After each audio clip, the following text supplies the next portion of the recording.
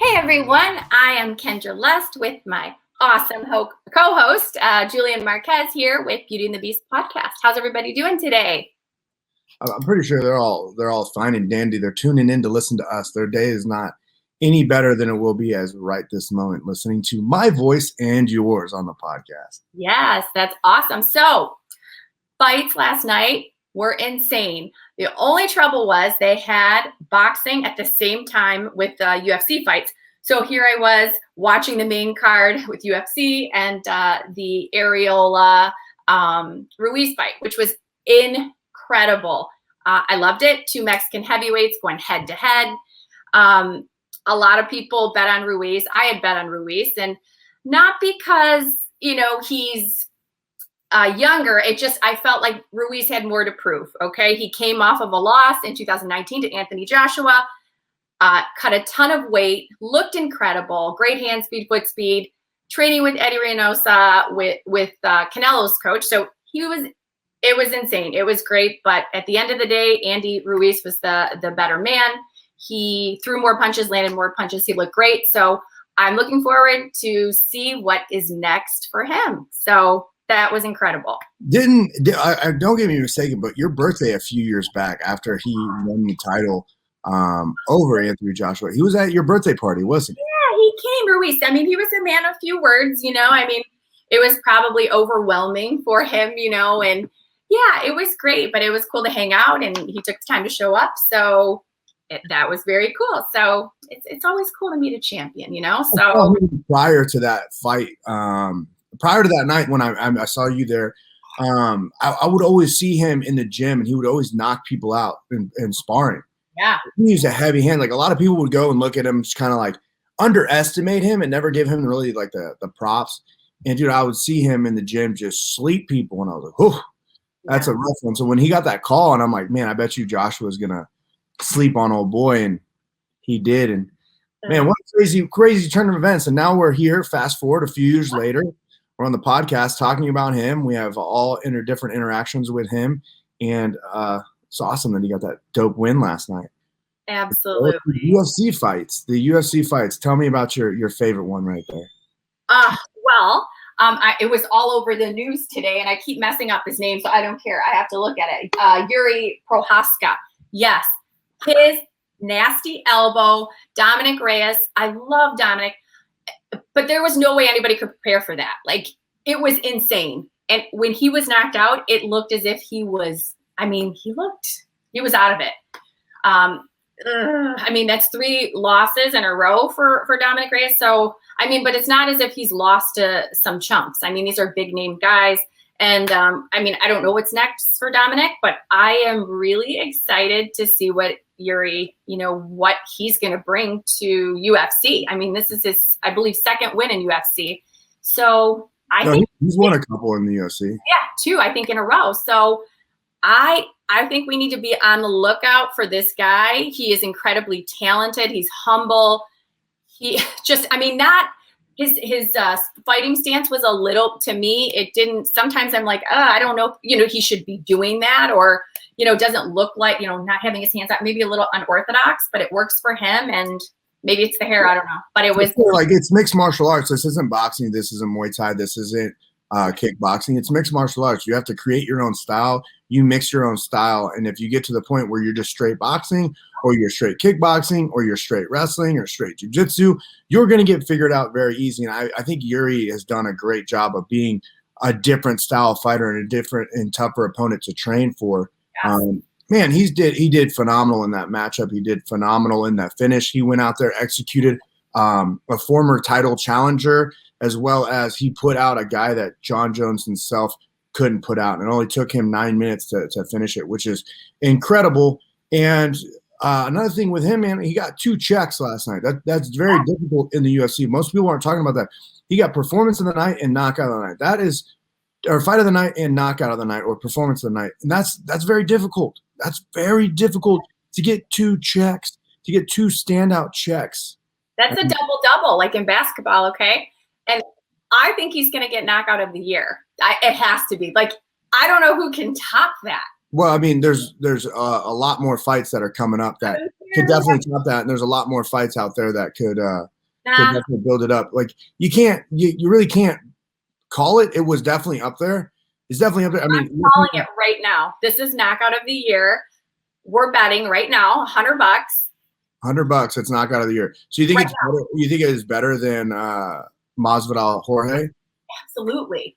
Absolutely. Yeah. Only 3 of the knockouts like that in UFC history, they said. So it was just so powerful. It was definitely insane. I mean, look, the thing is with the knockouts, they come from any which way and form, and definitely it's up there. I won't give out. It's definitely at the lead spot for the year, but we still look. We're only in May right now.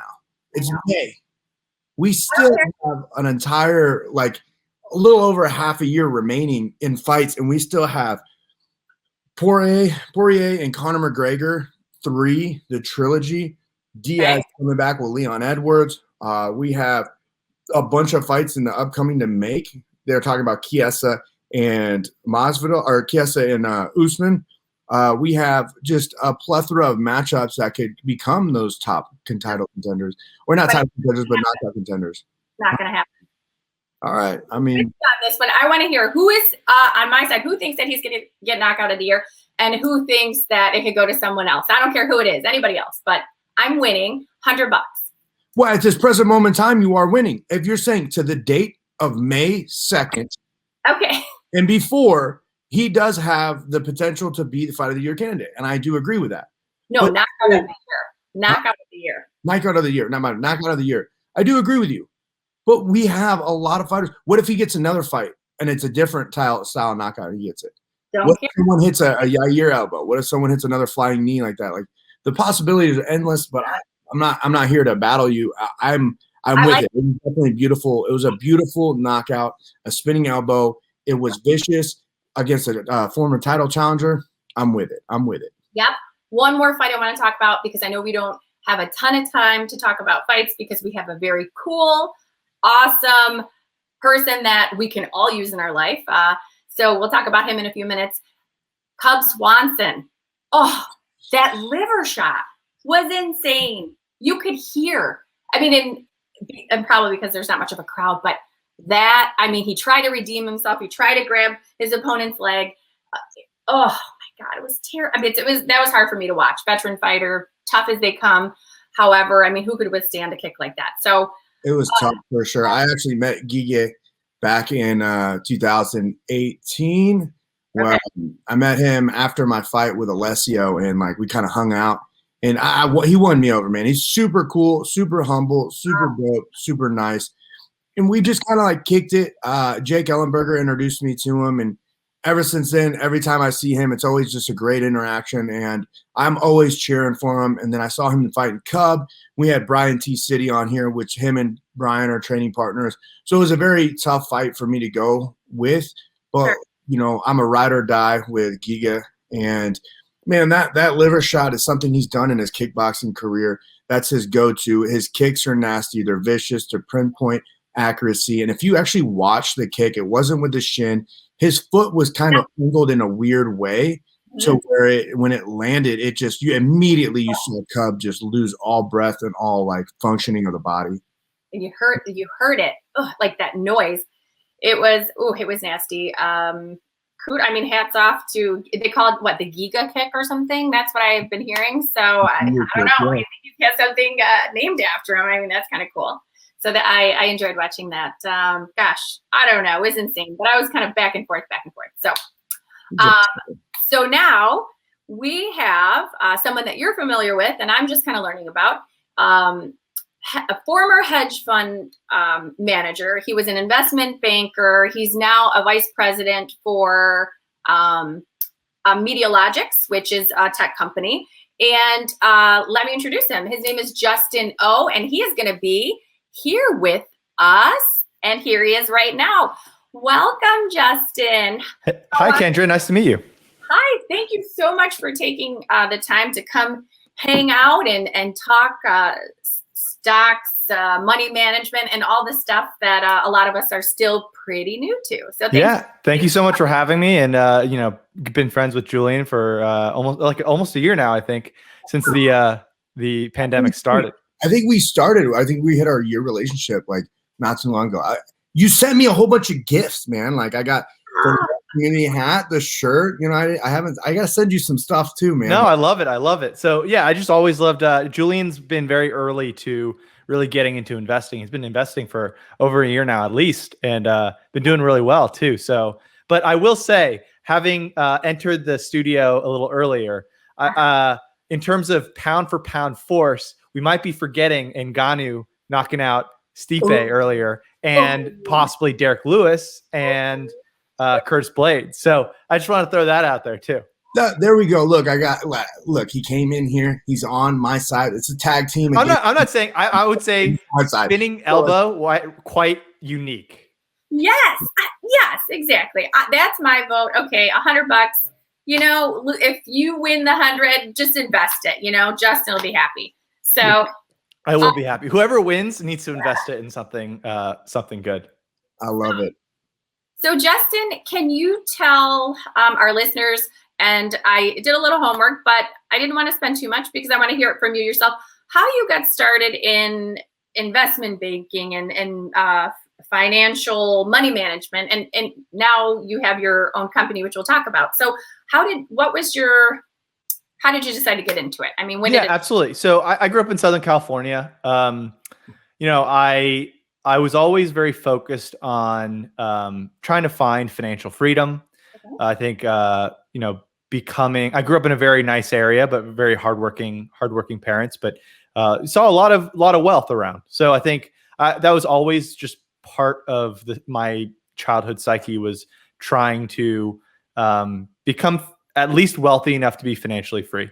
And if not, and maybe buy a toy here and there too. So as a young child would, but you know, and I think, you know, on the West Coast, the typical path, I would say, to having a great career is probably something more technical, something like becoming a doctor or becoming an engineer, kind of those classic things. Sure. Studying hard. Like I think the West Coast has a lot of academia. And, you know, I had a lot of Californians have never even heard of Wall Street or what is a hedge fund. This is back in the 90s and early 2000s. And, you know, I saw a lot of the real estate bubble. And when that happened and that crashed in 2018, I was still kind of early enough in my in school that I could kind of adjust where I wanted to go.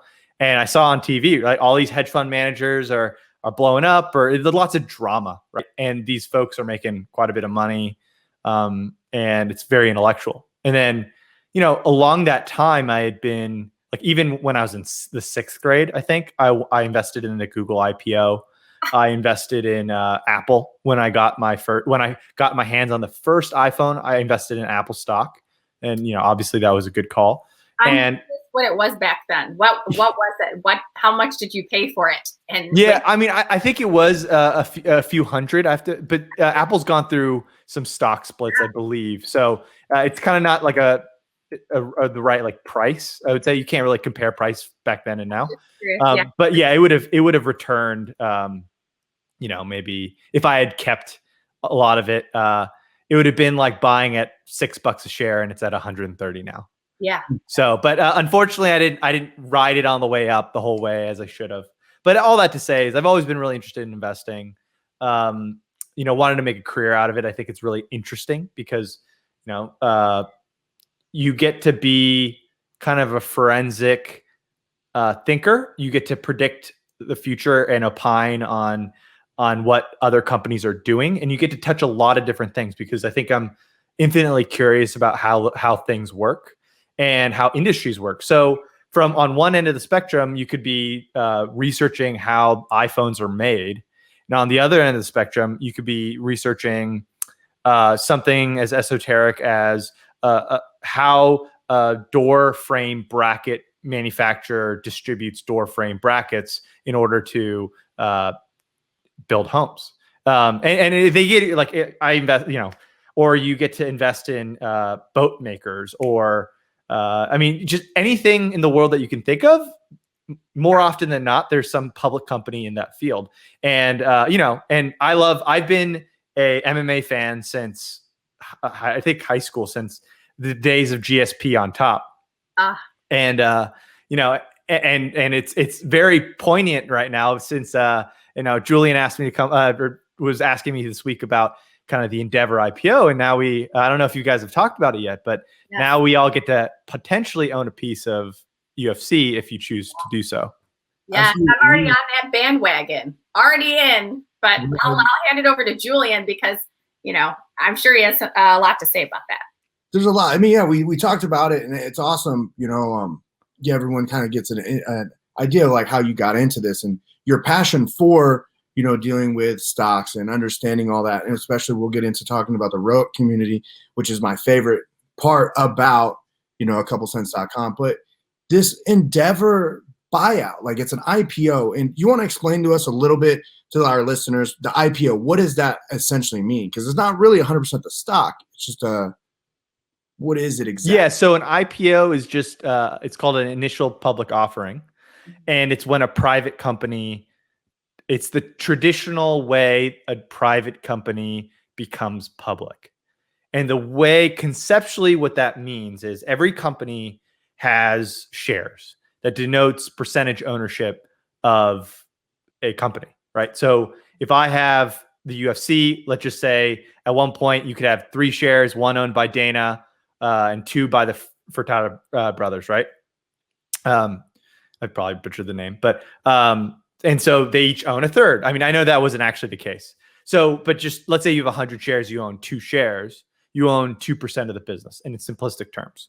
And what an IPO would be is the company is selling some of their shares to the public, to publicly available to the public market. And what the stock market is actually kind of a interesting, kind of weird concept. And it's just a market, like you could think about, people used to trade slips of paper, you know, in front of the New York Stock Exchange in New York City.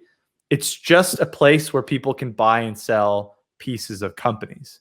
So an IPO is where a company that wasn't public before, you know, it's a big, long process, but they essentially list some of their shares, percentage ownerships, to be bought and sold by the public. And yeah, and so that's what you're buying actually in your Robinhood account or whatever. Don't judge me on my Robinhood account. No, I love it. As long as you do, like, you can't really do much research on Robinhood, but it's very easy. And I do like seeing those confetti. Confetti. It's fun. It's definitely fun whenever, especially when you deposit money, they're happy. Yeah. But on the IPO, so whenever it does, like they have a certain date or they have a target, right? They have to reach before they can say, all right, we're going to buy the rest of this from the majority of the share. We're going to buy the majority of the share. They have to reach a certain target number, because isn't this like raising up money so they can purchase the other half of the UFC out, the other 100% shares, or the other, was it 49%? Yeah, it's like 49.9% or something. Yeah. No, so that's like mechanically how that works is, especially on a traditional IPO, they usually go on what we call a roadshow. And so they're getting anchor investors to buy the shares up front. And the underwriters take a bunch of shares and distribute it. So the company gets kind of more certainty around the capital raised than just like trying to hit some random number. And then so you get these anchor investors that buy big slugs of the shares from the company first. They get first dibs. That's what we call like having kind of a part of the subscription of the IPO. And so the really hot ones, right? Everybody wants to buy a little bit of Airbnb before the market gets it, because everybody knows it's going to get bid up to like double the price. But so there are institutional investors who get first dibs at the stock at IPO price. Now, the price that you and I get to buy on Robinhood or Fidelity or whatever, if we're not special and not in line, is whatever the market decides is the price a minute after it starts listing. And so the market is very, I will say, the market is a weird concept because it's almost like hive mind, right? So if the hive mind likes an Airbnb IPO, or Snowflake, we see it double in the first second. So you're never going to get it at IPO price. IPO price is just whatever they sold it to their like institutional investors first. And then the institutional investors get to sell, or there's some lockup stuff, but some of the shares trade, and then we get subject to the price of whatever that we're left with. Leftovers. The leftovers, exactly. Angel investors, we're not special, but you know what? It doesn't matter because we're on this damn bandwagon. Okay, we're ready. I was on that headache when it came for the Airbnb, and I remember I had to text you. I was like, man, should I buy this there? Because at first when it opened up, I think it was like $80 or $70, right? Something like, it wasn't crazy, but it went up to like, oh man, I don't remember. It went up to like $160, $170. And I was sitting there and I was like, oh, it went up to $2 something. Yeah, it went up to $2. Well, at the time that I had it, I was like, should I get this? She's like, man, that's a little too much for me. I was like, all right, I wouldn't get it. I didn't have in my stock account, I usually have everything based upon what you say to buy in the Rogue community on the big board. So like I sit there and if you don't say buy it, I don't buy it. If you say sell it, I sell it. And those are the things. And like, if I don't have enough money to buy the amount of shares, I might dabble a little bit in it, but I'm not going to sell my other stocks or put more money into it because I have a certain number that I stick to every month that I invest into it. That way, when I first started, I was like putting in just stupid amount of money, and I was like, oh wow, I kind of need this money. I can't be playing with it. But with the so I was caught in that Airbnb deal. But here on the UFC IPO or the Endeavor IPO, it didn't really shoot up very a drastic amount. It was at 24, and then I ended up getting a good amount of shares at $25.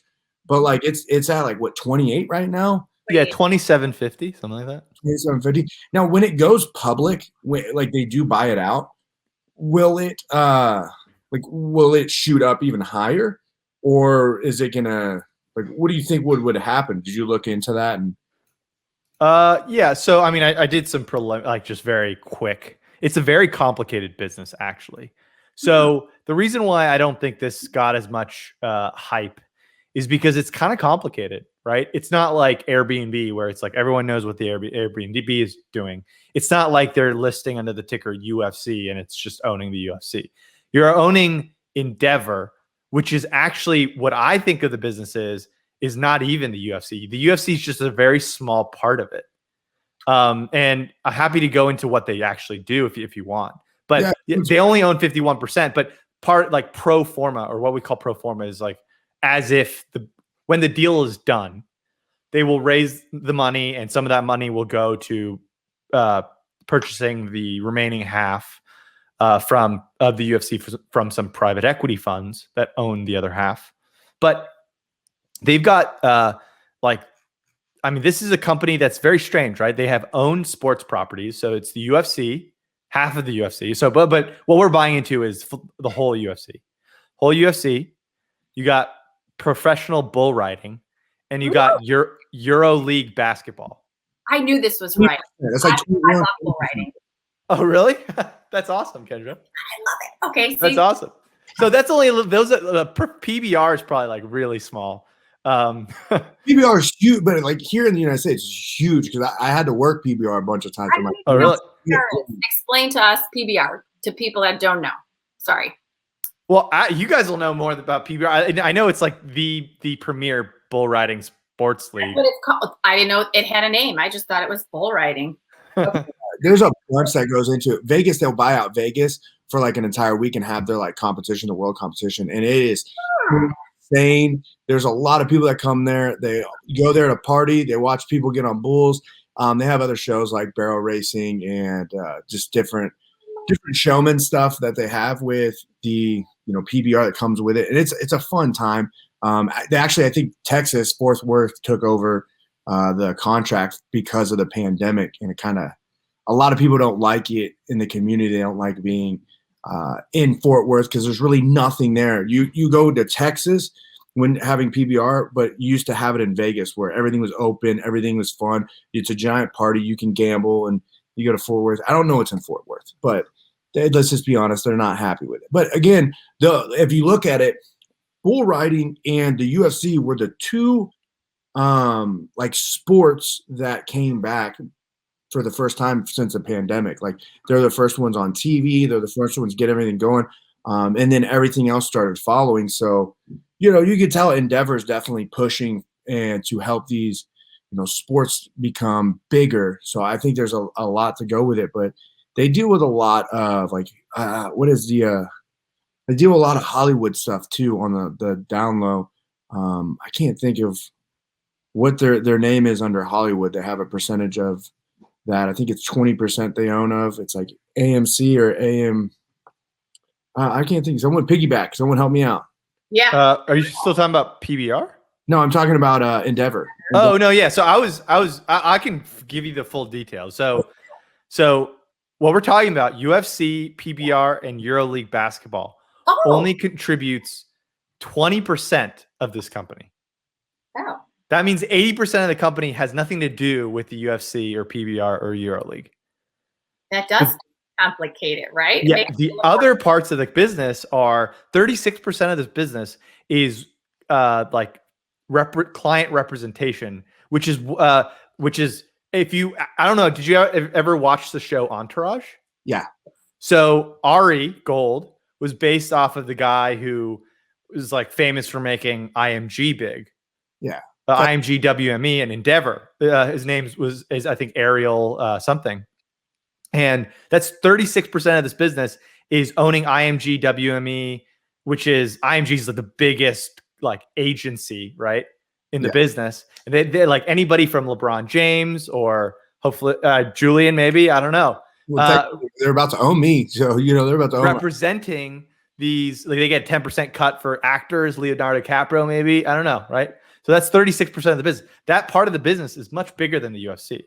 And then 43% of the business is IMG Academy, IMG Events, IMG Media, and events, experiences, and rights. And guess what? I bet you guys didn't know this. So this company owns 900 experiences and built around events like the Super Bowl, Ryder Cup, Final Four, and Coachella.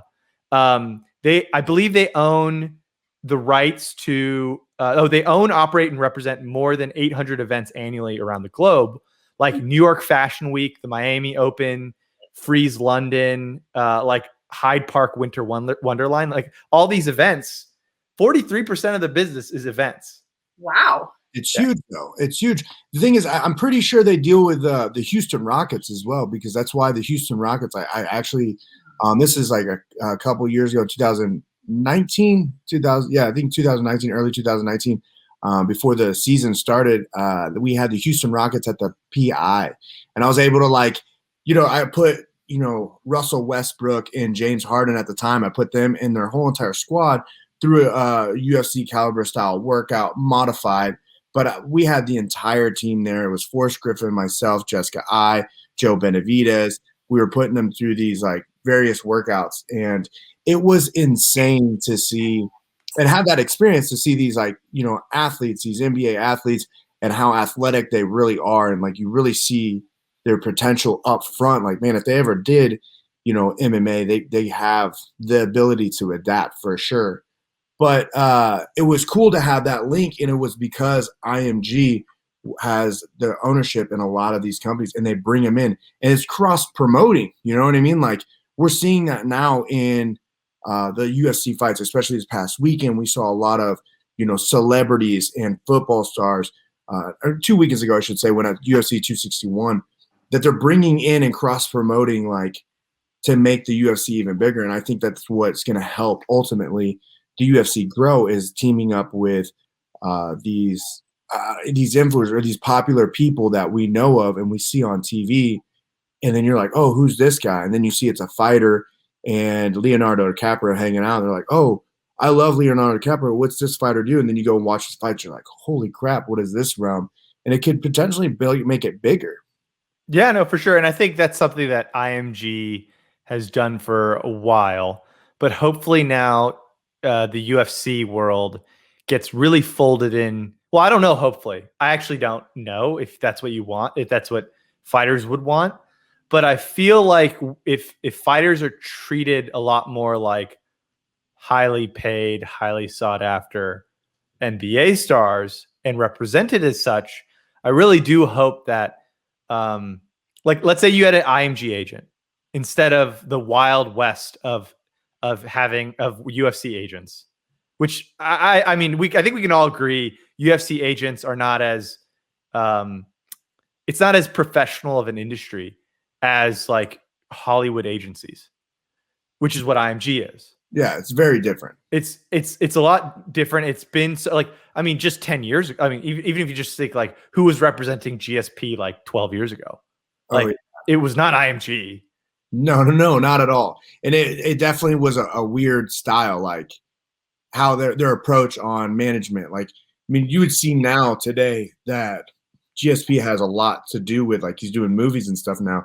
But back then, you barely saw GSP on any commercials. Yeah, he was just in the Winter Soldier, the Falcon and the Winter Soldier. Yeah, I just saw him again, and yeah. So, and also, but this company is so ingrained in like Hollywood in general, right? Like they own a studio that's financed and sold like La La Land and Hamilton.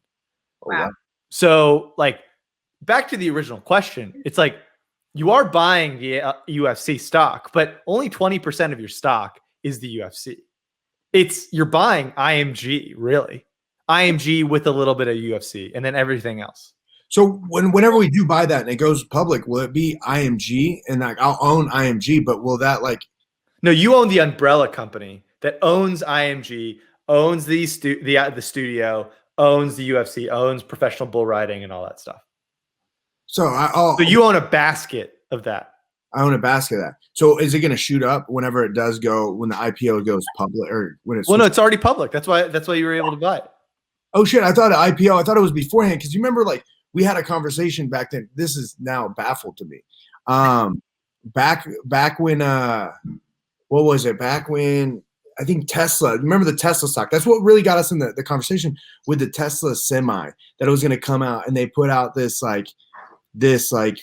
it was a sister company before, and then once it raised enough money, it would go into the actual public offering, and it shot it up. Do you remember what it was called? Do you know what I'm talking about, though, right? Very vaguely, but Tesla's been a public company for a while. Tesla has vaguely. No, maybe it was Nikola. Yeah. Yeah. So that's different. So what's taken the world by storm is called SPACs, special purpose acquisition companies, which is another backdoor way to publicly list your stock. And so these tickers have like 500 million in them just as a shell. They just have 500, 100, 200, $500 million in them, and they're raised and they're just publicly listed, and they trade at cash because they're just pools of cash. And then these people running the pools of cash buy a piece of a private company and then take it public. But in between, it was Nikola Trucks, right?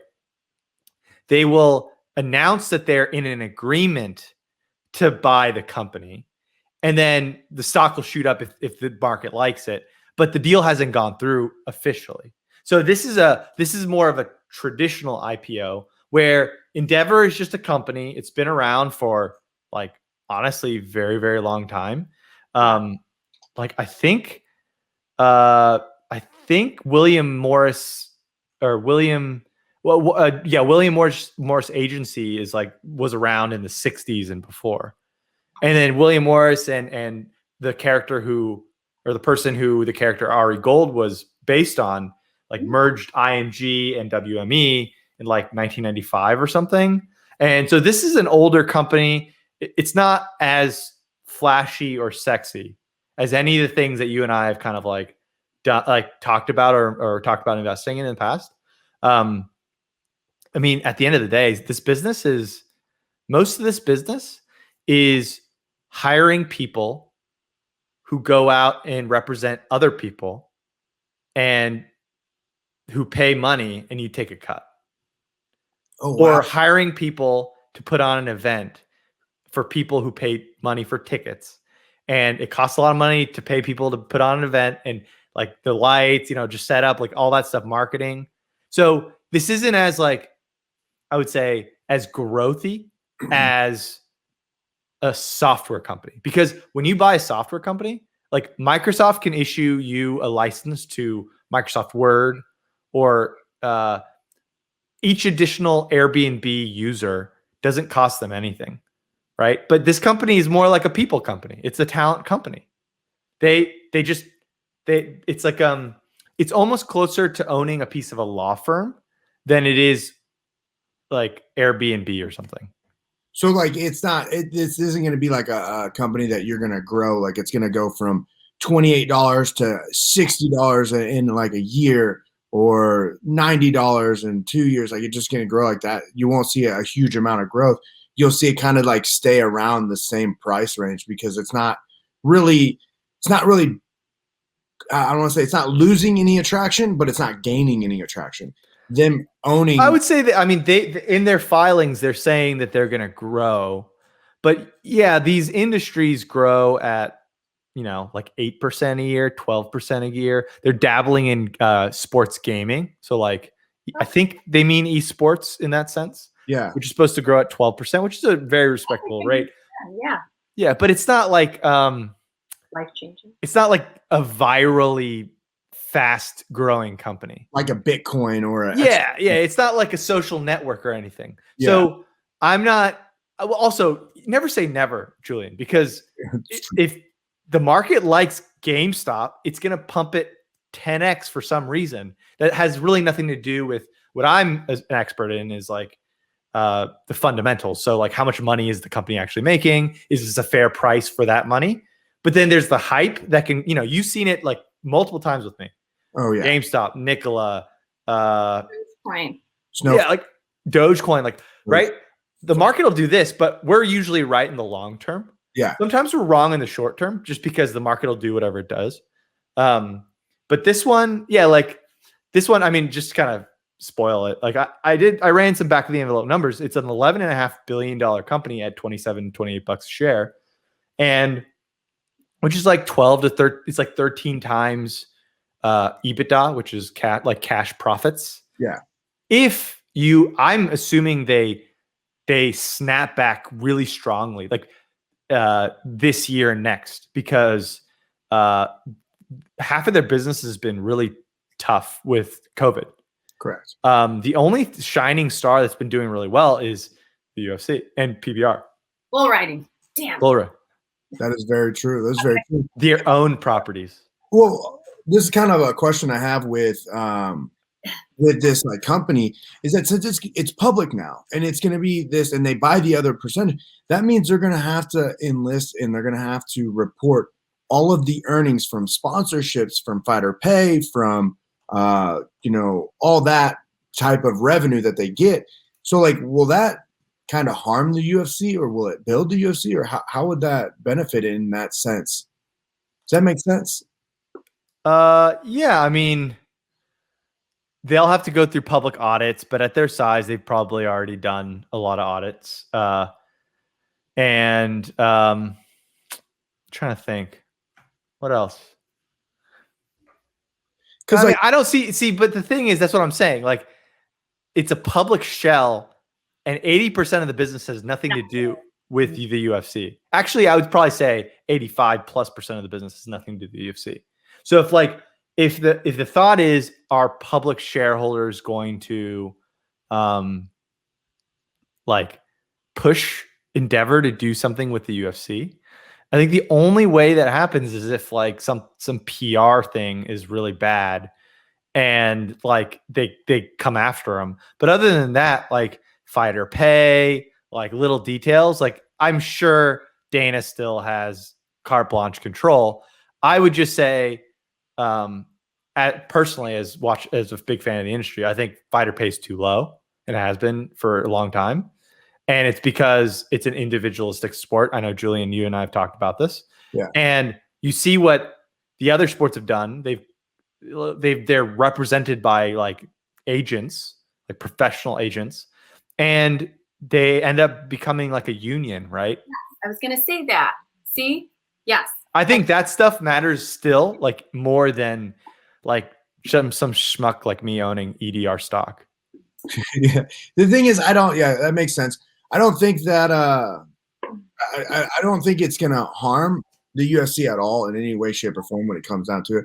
I do feel like people are gonna be able to see a lot of fighter earnings and a lot of people like, hey man, like I do feel like the money's going to start growing and building up little by little, but I don't think it's going to be as drastic as everyone believes.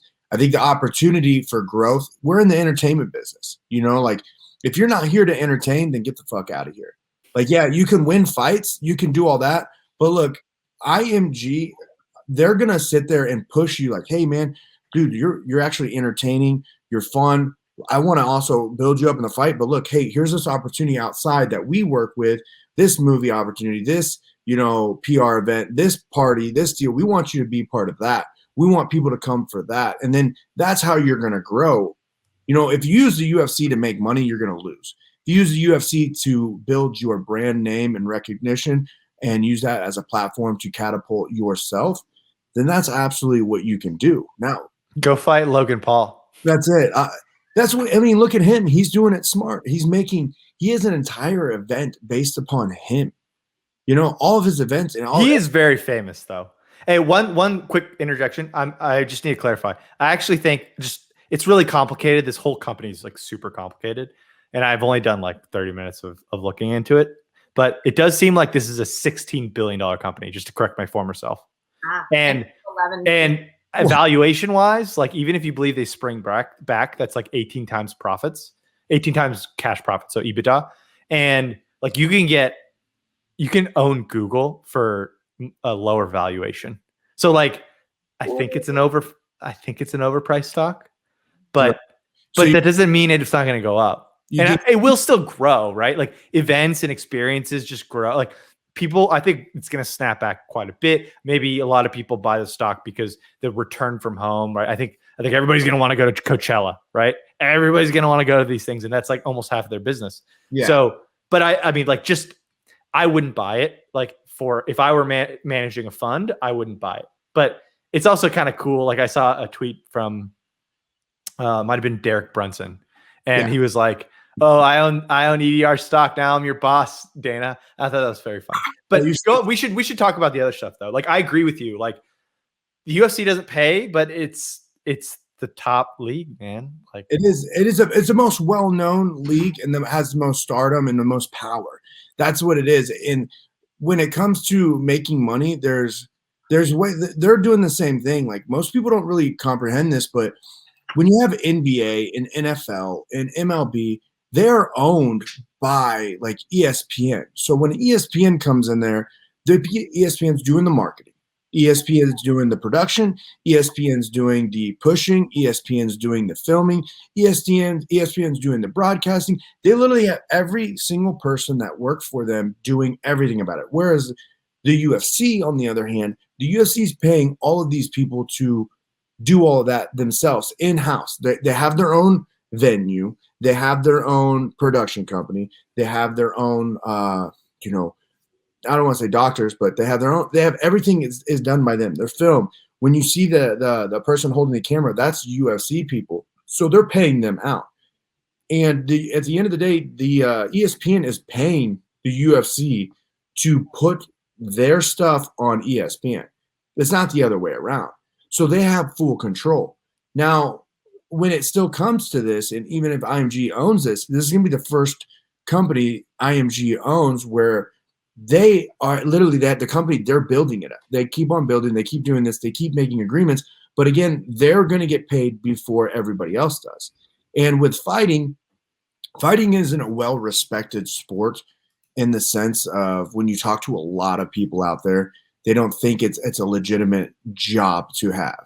So being able to get paid more, yeah, if you're the fan and you're the person that or you're the headliner, you're going to get paid a lot of money because you're bringing people, you're bringing eyes, you're doing that. That's going to help you get more. The champion's going to get you more because you're well known. And in the community, everybody wants to see the champion. But again, if you're a beginner and no one knows who you are, like, why should they pay you when your job is literally anybody can fill your job. Anybody at all can fill your job at that point. And you'll see that now. Like there's fighters that are getting cut left and right that think they're better than the company itself, or they think that they're, that they belong here. They're not getting signed, things like that. It's like, well, it's a chicken or the egg problem, right? I don't think fighter pay is going to get better until you have collective bargaining. and you don't have collective bargaining until you get enough big stars to come together, which I don't like. Like, I don't know. Like I think you and I talked about this. Like even with fighters, like they're so scrappy, and the actual sport kind of like, even though there's a lot of respect in the sport, there's a lot of hatred in the sport too. Like I don't know if you can get TJ Dillashaw and Cody Garbrandt to collectively bargain with each other, like to team up, right? No. Like I mean, and you get these like rivalries, like, you know, Team Alpha Male versus, you know, like, so it's going to be really hard to herd the cats, so to speak. But I disagree, and not completely with you. I just feel that if people came together, put their differences aside, so everyone could make more money, I think that would be the most intelligent thing to do. So there was some sort of a union, like a players union, or, you know, like they have with, you know, basketball and NFL, because I'm pretty sure that not everybody, but everyone would like to be paid more. I know I would, right? So I don't know. But I hope so. I definitely hope so. But why hasn't it happened yet? And I think it's because Dana is also, I mean, or maybe not Dana, but like, let me explain this to you. And Ken, you tell us. You can relate to this as well, because in your line of work as well, you know, you're the same as a fighter. You guys, the more you perform, the more people want you, the more demand, the more money you make. And when you first start out, you ain't making nothing, you know, and it's always, at the end of the day, it's always whoever puts you on their show is making more money than you are. And that's how it's going to be. They'll pay you X amount to do the job. You get the job done, and you get your money and you walk away. But they can use that film, that footage, that fight, that hype, and everything to help build their company. Now look at this, and think of this in your jobs. Think of this in just life in itself. And we're going to start this off. Money rules everything, correct? Yes. I mean, yes, it makes the world go round. Not everybody though, but everybody, but it rules everything. Like if you have money, if you want more money and someone offers you money, you're going to go do that. If you have a job that's going to pay you $100,000 a year, and then another job to do the same work is going to pay you $150,000 a year, are you going to go to the job that pays you $100,000? Yes or no? It depends. I'm not going to go to a job I hate for $150,000 a year. Yeah, and I will back Kendra up here, right? Like you probably wouldn't go to One or Bellator, no, but unless it's like triple or something. I'm just saying. In the better respect, most people are going to pick. Majority of the people are going to pick a job that gives them the most money. And then it's a majority. It's not just a direct attack towards you guys or direct, you know, approach towards you. So this is how it goes. So say you have 10 people in the UFC. You have 10 people in the UFC. They all played. They want to have more money. They all want to get unionized. They all want to sit there and fight the man and go. All right. And you can't have a show. We'll say 586. UFC 586. Everyone's battling. They're not going to do it. They're not going to go. How do you get somebody to still perform on that? You break the line.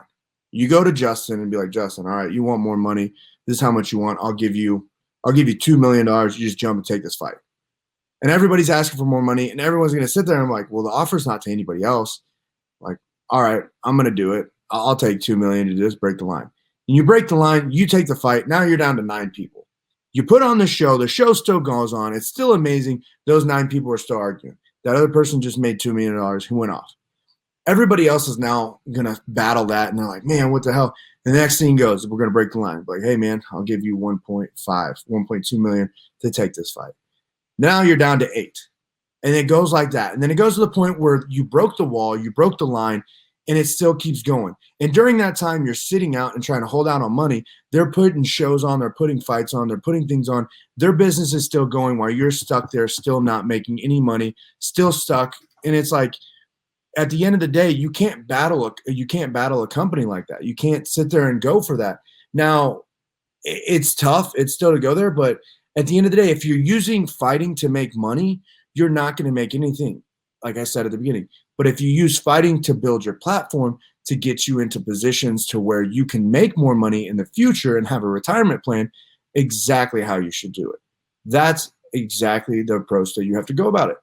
You can only fight for so long.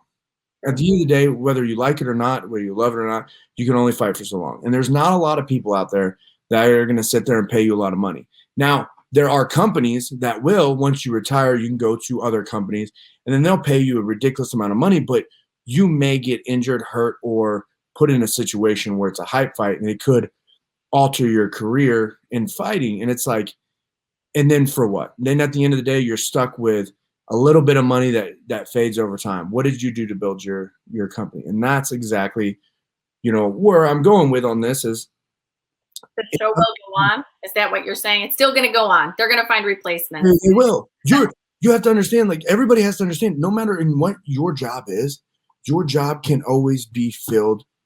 Your position can always be changed. It was funny, I always thought this in like the workforce that I was in, like legit when I worked, I was like, oh, they need me. They needed Julian Marquez in my work. I'm not even talking about like in the UFC. I'm talking about like the regular day-to-day job. And then I kind of started realizing like they just put up with me. Dude, I'll never forget this. We had someone legitimately pass away at my job. Rest in peace. They passed away. It was crazy. And then the next day they had an opening for their job online. They legitimately they had the position to try to get filled, and they filled out that position in a couple weeks. But like legit, that person's gone. Like they're replaceable. You're just a person for that company to go. The show must go on. You have to make money. That's business, right? Yeah. And I think it's hard. Yeah, from that perspective, because I guess we don't realize looking at it how many people are trying to take your job, right? How many people are working their butts off all across the world to do exactly what you're doing. So that gives us some insight. So yeah, it's all balance of power, right? So the UFC is bigger than any one fighter. Yes. And there is no unionizing on the fighter front. Yep. So what makes money is fame. So Conor McGregor, and I think I've said this, and if I meet him, I'd even say it to his face, and maybe he kills me. But I never thought he was actually the best fighter. Yeah. He was just the most famous. Yeah. Because his mouth, right? He won with his mouth and his left hand. But he had a really great string all the way up to being double champ. But, the Nate Diaz fight showed, he's not as dominant as Kamaru Usman. No. I mean, Dustin Poirier put him on his butt, right? Like I think I even saw that before, but it's like, what if he went to the ground or whatever, he gasses and all that stuff. But he reached a fame level, and make no mistake about it, his fame makes him money. Yes. And stardom makes him money. It's not his left hand. Yeah. And in a similar way, that's why Tyron Woodley wasn't a big star, because he wasn't the most like entertaining. I'm trying to think even whenever they talked about before his last fight, he sat there and he said, in interviews, he's like, I wish I would have did everything different. I wish I would have looked at it like I wasn't like the company couldn't replace me. He's like, I wish I would have approached it different. And it's because he's at the end of his career, and look, now he's cut. It's stuff like he's cut, and he doesn't really have that much to show for it. He didn't realize during that time, he thought he was untouchable. And the thing is that there's always someone behind. Look at this. If we're talking about fights like this, a year ago, we were talking about, or a year and a half ago, 2 years ago, we're talking about Jones versus Thiago, or Jones versus Dominic Reyes. Fast forward to now, Dominic Reyes is on a losing streak. Thiago Santos is on a losing streak. And we have a new guy named Yuri. What's his last name? I can't. Kendra, you did a good job pronouncing it. I don't know how to pronounce his last. Yeah, I need some light here, guys. Sorry. You're good. I'm going to have to edit this a little bit because it's Either way, but look, he just came out of nowhere. Yeah. And that guy, we had a conversation earlier about him getting a knockout. We're putting him on the podcast with us three where we're talking about it. We're not the only ones that are going to talk about him this week. We're not the only ones talking about him. And you know what? That guy's finishing fights. That guy's making it exciting. That guy has a unique style, and we want him more. But guess who we're not talking about on this podcast? I'll bring him up, Jon Jones. Yeah. We're Okay. The possible GOAT doesn't even have enough power to get the fight he wants. He All doesn't. Okay. Good point. Good point. I don't want to cut you off, but I do. And thank you, Julian, for sharing that. I think that was shed great insight. I think it's a good point to stop. And because I want to talk about, Justin, your company. And sorry, forgive me, Julian, if I cut you off, he'll probably choke me or something. That's fine. That's what friends do. Your company that you started, a couple cents. Yeah. So, I mean, we're kind of rebranding to just Sense now. Okay. The mission of Sense is to bring professional level investing analysis and maybe guidance, but mostly opinions, right? Because they're just opinions to your everyday investor. Because I through my years and just like I've been basically investing for the majority of my life, the vast majority of my life. I've gotten to the top levels of kind of professional investing. And, like it's the number one compound interest, and investing is the number one tool to reach financial freedom.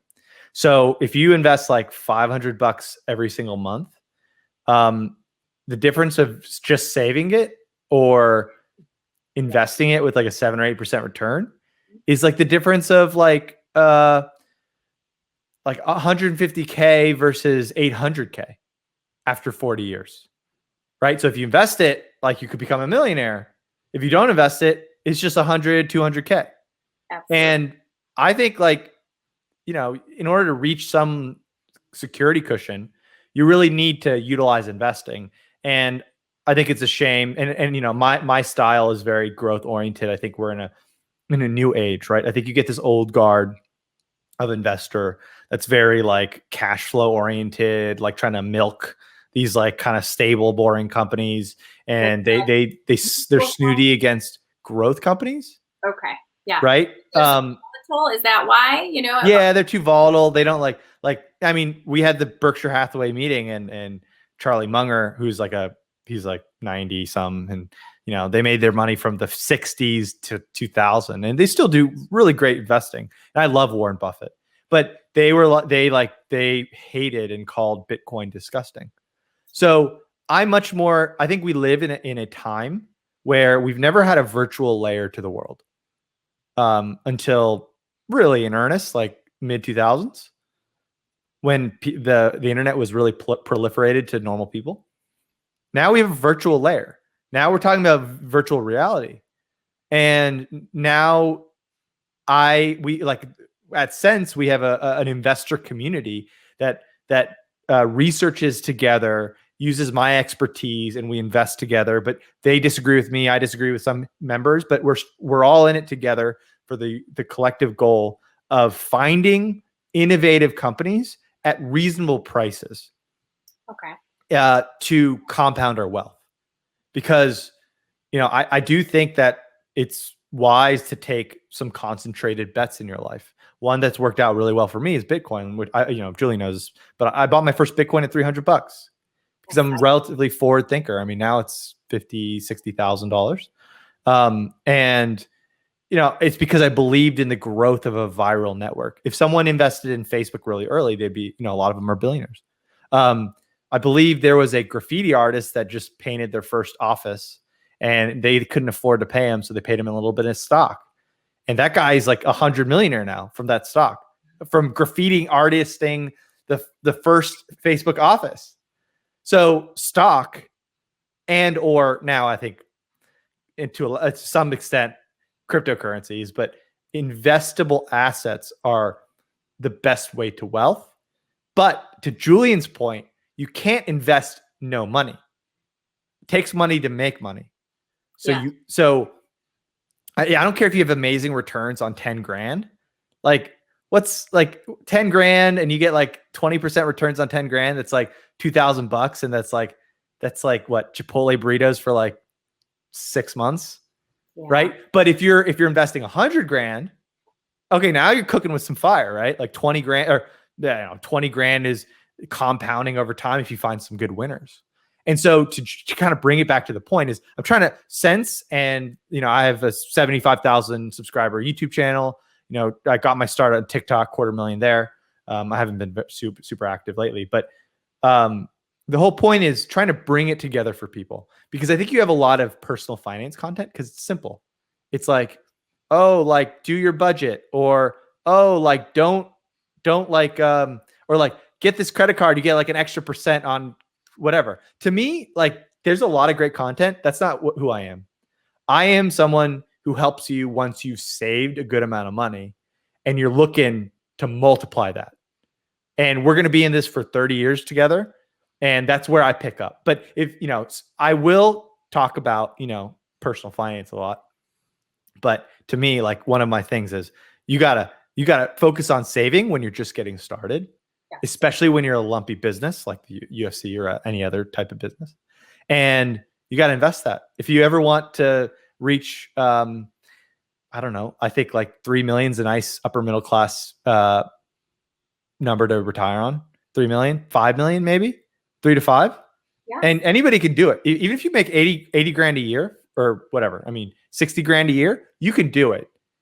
You just have to be really disciplined and save more. The lower you make, the more you have to focus on saving. Yes. Go ahead, Julian. You were going to say something. Holding off in the banks, like the bank's you're losing money in the bank. They love us. They love when we put our money in there so they can use it. Forget it. Absolutely. They lend that stuff out, right? And they're making the money.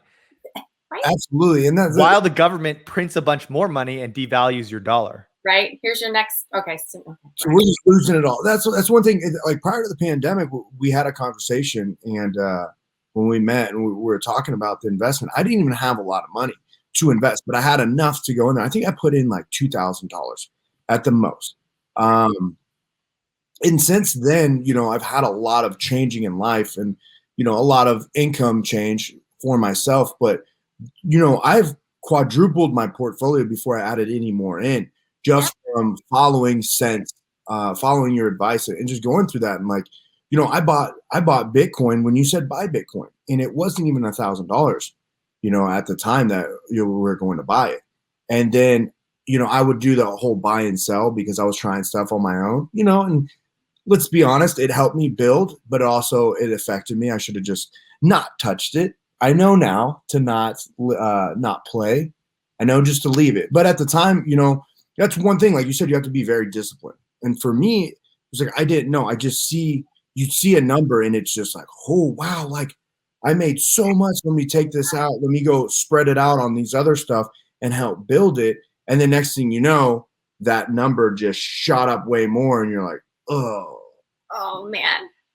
Or you don't listen and you don't sell a deal, and you ended up like it tanks or something. Yeah, and I had that happen. I've had that happen, especially with PagerDuty.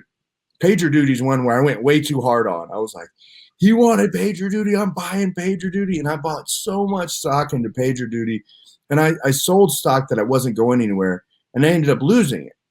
But that was my opinion, and you told us not to do that, and I still went off of it, and it was just one of those. And we sold out, and then so you have to pay attention. So I think the future dream is if Roic members can invest together and I manage the money so that you don't have to worry about it. Because the whole thing is you're not going to make more trying to trade in and out and overthink it. You lose money some days, you win some money some days. Yeah. Julian's life will be better if he spends all that time practicing his jab or practicing his guard, right? That's going to matter more than trying to nitpick the market. And I'm telling you, there are MIT, Harvard, data science people that can't beat the market. No, it's one of those things. And I think one of the first things that happens with anyone that begins to invest, and especially even though you tell me what to do, I still look at it, and I'll tell you every day I was on Robinhood looking at it. I was like, all right, we're down, we're up, we're down, we're up, we're down, we're up, we're down, we're up. We're like, oh, we're up, we're up, we're up, we're up. Okay. Let's go here. And you're sitting there trying to penny stock this and trying to take it out to the point where you're invested into it. And it's man, throughout the year, when it comes to stuff, I figured out, dude, I don't even look at it. He's like, Justin says buys it. All right, I'm buying it. Justin, I get an email that says, all right, we got a new Roic update, and I go look at it, and it's like, all right, we're selling, buy. All right, cool. Sell it, buy. And I don't get on, I do not get on at all. I don't get on Robinhood or any of the other ones. I don't touch them unless you tell me to touch them. But I see it with my friends that are just beginning in the middle of the pandemic. When we were at Fight Week, my coach was doing penny stocks. There's a bunch of people that go into penny stocks, and they have a whole entire Discord. And like, he was sitting there and just like from morning and night, he's just sitting there like trying to catch this stuff. And, you know, and I'll never forget, he was sitting there, he's like, man, I should buy that, or I should sell this. This thing's up like, 100%. I should sell this. I was like, sell it. He was, I'm gonna wait till it hits, $1 more. And I was like, all right. Might not though. You don't know. Next thing, it dropped all the way down. It's like, dude, if you're gonna sell it, sell it. If you're not gonna sell it, don't sell it. He's like, that's gambling, right? The more you trade, the closer this becomes to gambling. Yeah. The longer you hold, the more it becomes like buying real estate, buying a company, right? And so, I come from corporate finance, so it's real like ownership of company. The stock market is just, you can make it a gambling casino if you want, but that means you're just spending money gambling, or spending money and time gambling, and not on what 99.9% of people will not game the market, or make the market will not, timing the market will not really affect you as much as your day job, right? Yeah. Your day job earns you, or whatever your career is, earns you your bread, right? And we were talking about this earlier, like for the UFC stuff, like, yeah, it's like that TikTok, or that song that got with the pop song from yesterday. It's like, get that bread, then leave, right? Money and run, grab the bag and run. Yeah, grab the bag and grab the bag and invest it. Yeah. While you can.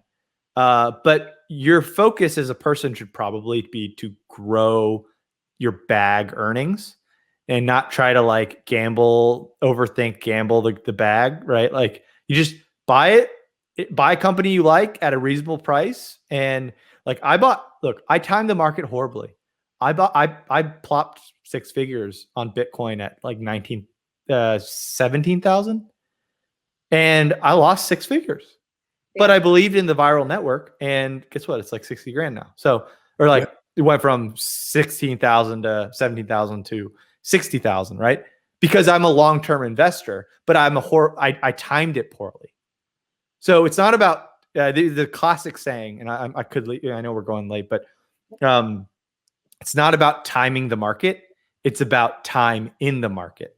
I agree. And that's what my grandmother always said. She would get all, upset. Oh my gosh. But at the end of the day, my grandpa was always cool, calm, and collective. And, it was a long-term investment, long-term journey, and at the end of, their life, they never pulled out of it. They had somebody help them manage it, just like yourself and everybody at Sense. Sense. Yeah.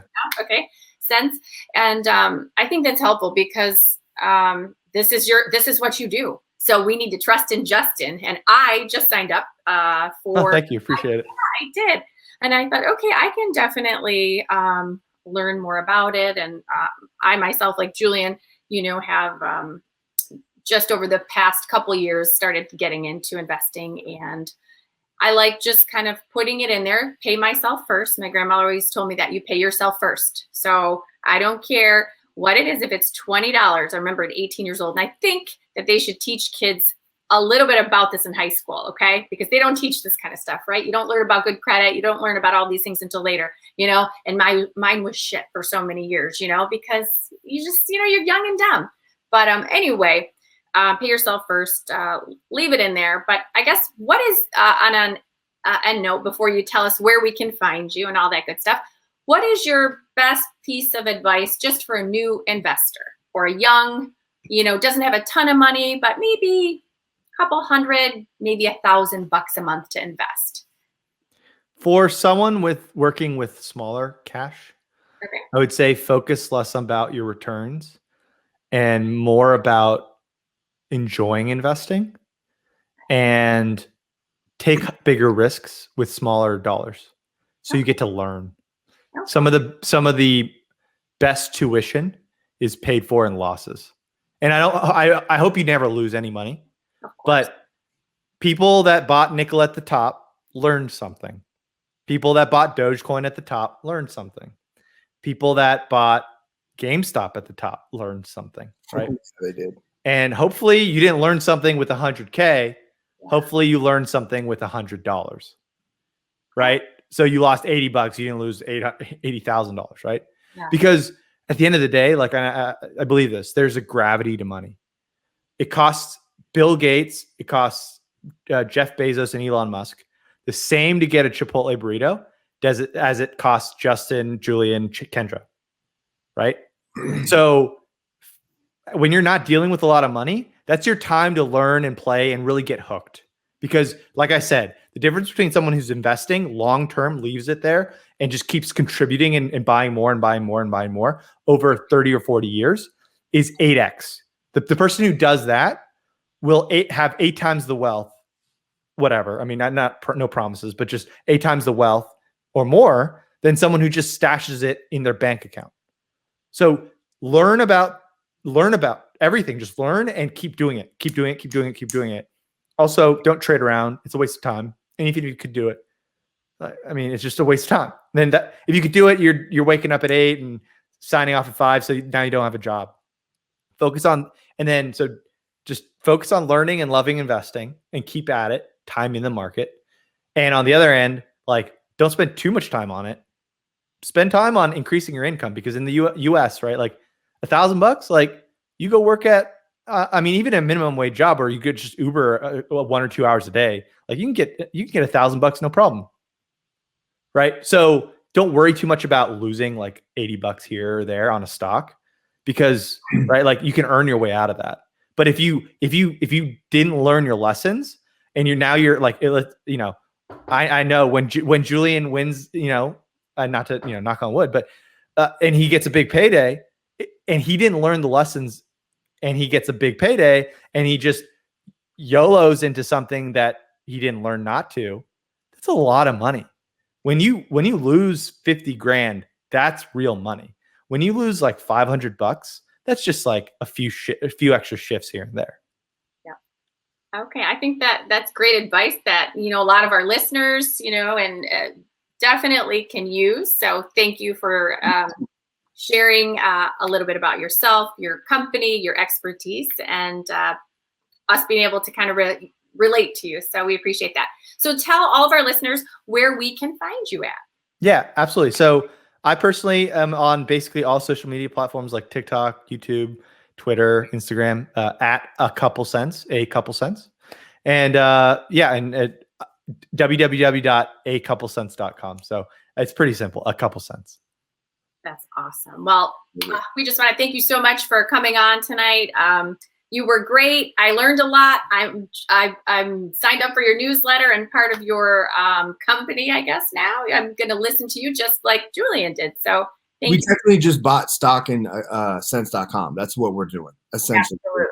Yep. So grow so that we can all end up loving the life and having you put 100% effort into cents.com so that eventually you can just handle all of our money and just that's the goal.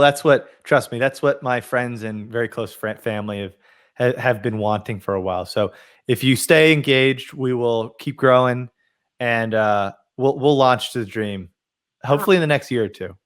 I'm with it, man. Thanks so much.